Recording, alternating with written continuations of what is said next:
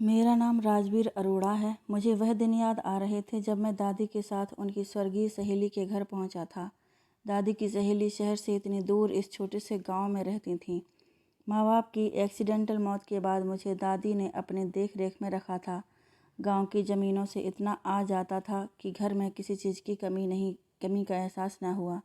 सिर्फ एक दादी थी जिनकी ज़बान पर एक ही बात रहती थी कि इस घर में एक बहू की बहुत कमी है। मैं हंसकर उनकी बात को हवा में उड़ा देता। दरअसल मुझे अभी तक अपनी आइडियल लड़की नहीं मिली थी, लेकिन जब मैं दादी के साथ गांव आया तो ज़िंदगी ने एक नया मोड़ ले लिया। उनकी सहेली की पोती उन्हें बहुत पसंद आई और मुझे ज़बरदस्ती कुर्बानी का बकरा बना दिया गया।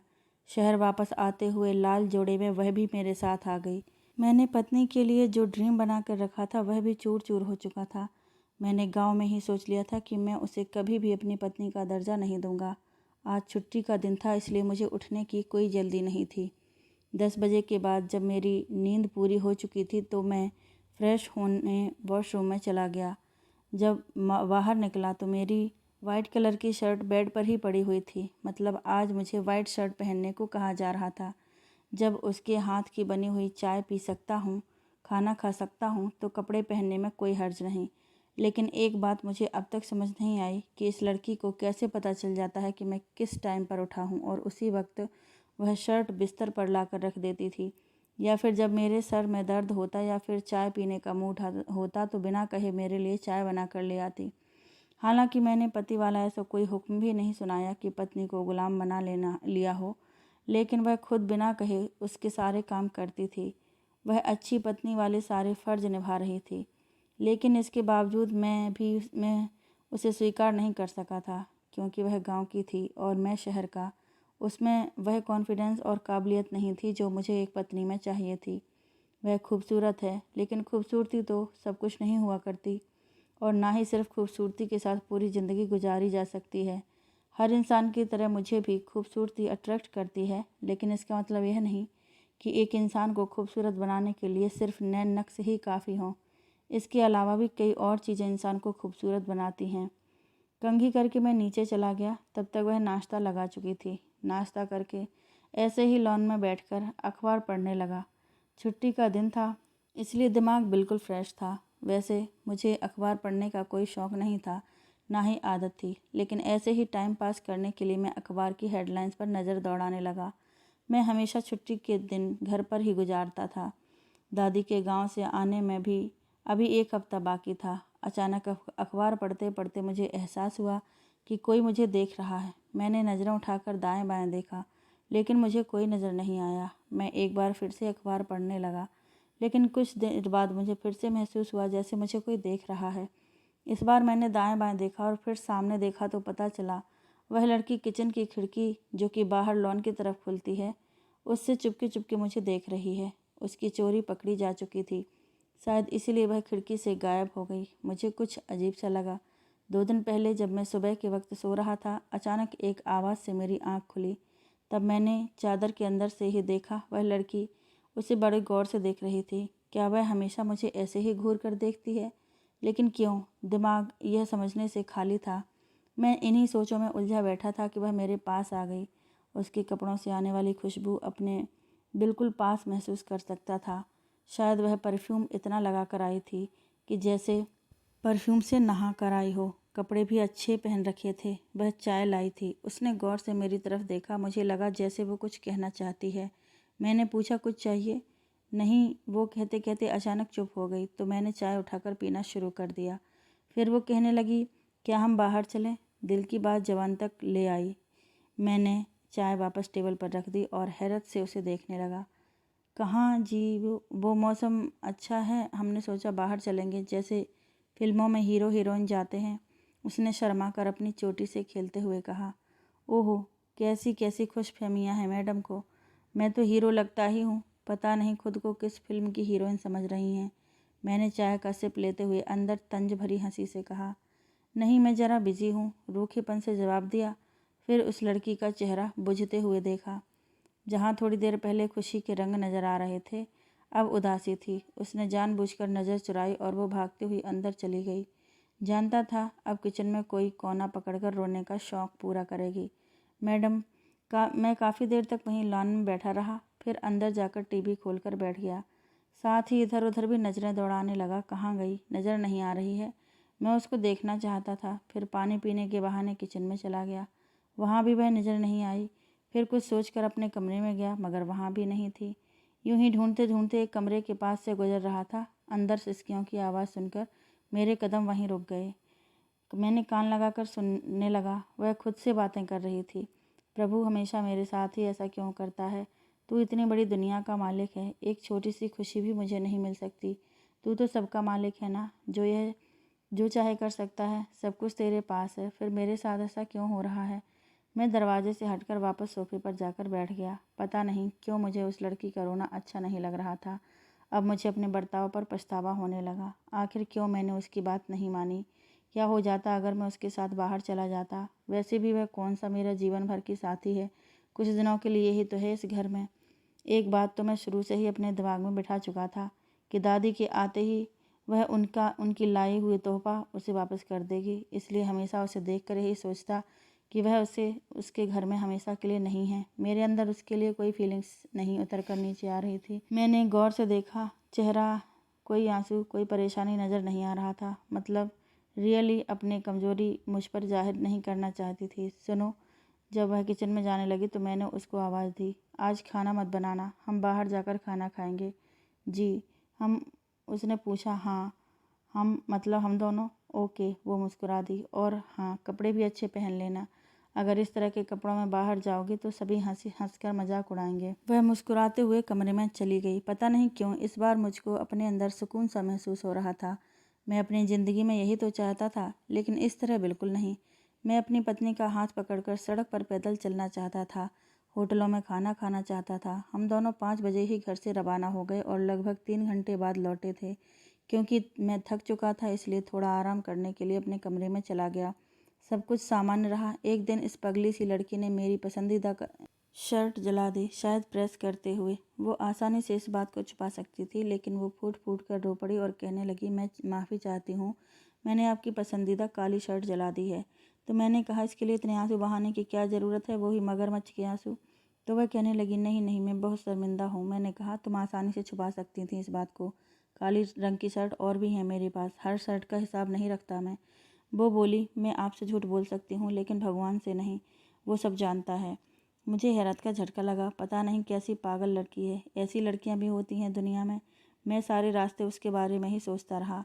मैं अपने दोस्तों की जब शिकायतें सुनता कि शहर की पढ़ी लिखी पत्नियां पति पर हुकूमत करती हैं, ना खाना बनाना, ना बच्चों को संभालना, हर वक्त बस मेकअप से लदे रहना, हंस हंस कर हर मर्द से बात करना। लेकिन मैं अपनी ज़िंदगी में एक बहुत अलग तरह की लड़की देख रहा था। एक ऐसी लड़की जो उससे आज तक कभी नहीं देखी थी।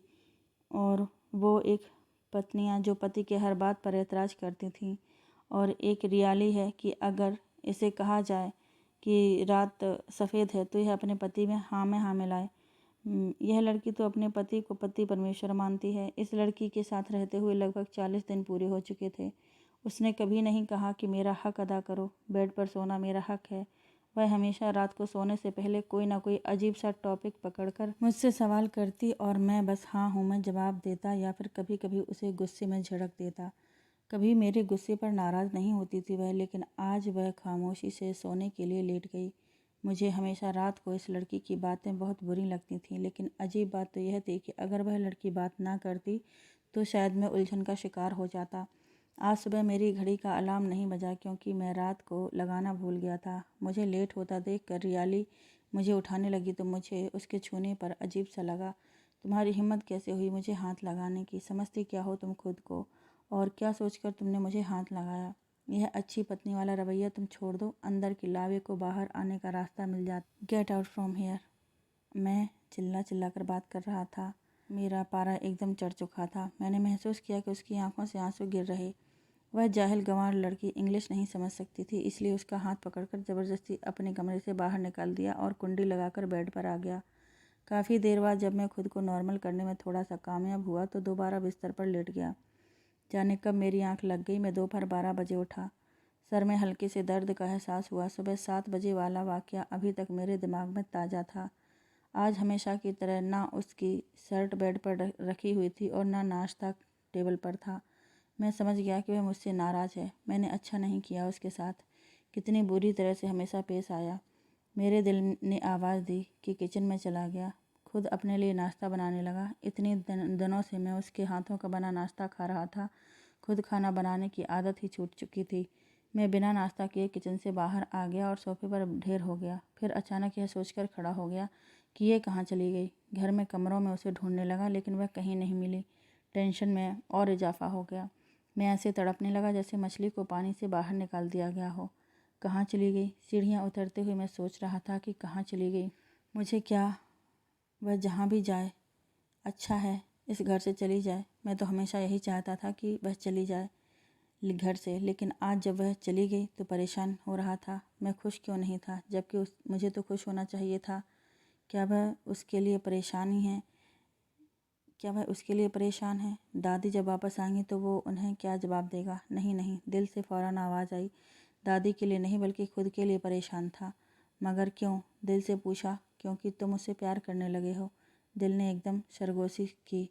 वो गुमसुम सा होकर कैसे बैठ सकता था? वह उससे नफरत करता है? नहीं, दिल झूठ बोल रहा है।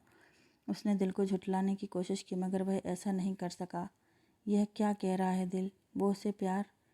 मुझे ज़िंदगी में पहली बार घर में अकेलेपन का एहसास हुआ। इतनी मासूम, इतनी सच्ची। उसे जीवन साथी के रूप में सिर्फ यही लड़की चाहिए थी, और तो कोई हो ही नहीं सकता इस जैसी लड़की, दुनिया में कहीं भी नहीं। अगर दादी इस पर भरोसा करती थीं तो बिल्कुल सही करती थीं। वो वाकई अपने पोते के लिए सबसे अच्छी पत्नी ढूंढ कर लाई थीं। मगर वो खुद उनकी मर्जी के खिलाफ किसी मॉडर्न लड़की से शादी करता तो क्या होता? क्या वह लड़की घर के काम करती? क्या उसमें इतनी बर्दाश्त शक्ति होती? क्या वह मेरी बात को इस तरह सहती? मैं उस पर हमेशा गुस्सा करता हूँ, उसे जलील करता रहा हूँ। मैं पहली बार उसकी कही हुई सारी बातें याद कर रहा था। जी, ब्यूटी पार्लर क्या होता है? यह टीवी करंट तो नहीं मारती? हमारे गांव में पहले मर्द खाना खाते हैं, फिर औरतें उसका बचा हुआ खाना खाती हैं। जी, वह आपकी काली शर्ट जल गई। आपसे झूठ बोल सकती हूँ, भगवान से नहीं। वह तो सब जानता है। आपसे झूठ कर मैं बच जाऊँगी तो भगवान से कैसे झूठ बोल सकती हूँ?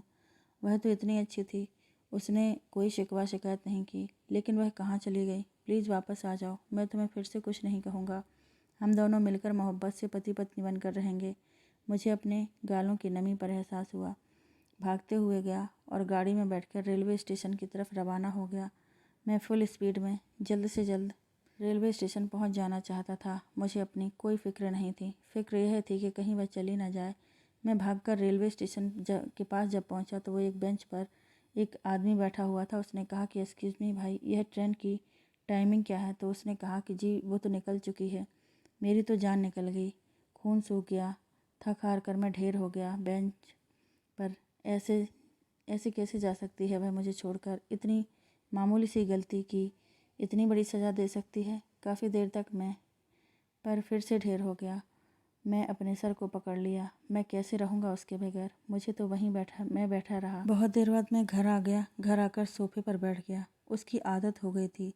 जब वह अपने सर को पकड़े बैठा था तो उसे किसी के कदमों की चाप महसूस हुई। उसने गर्दन घुमाकर देखा तो रियाली थी। उसकी सांसें रुक गईं।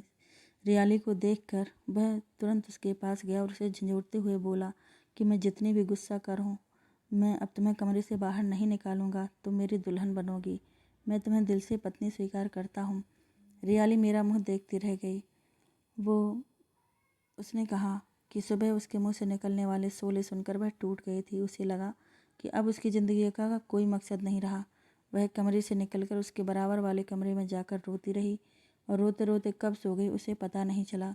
इसलिए जब तुमने आवाज़ें दी तो मैं सुन नहीं पाई उसकी आवाज़ को। बहुत देर तक मुझे देखती रही। कहने लगी, मैं जानती हूँ आप मुझसे प्यार करते हैं, बस इजहार नहीं कर रहे थे।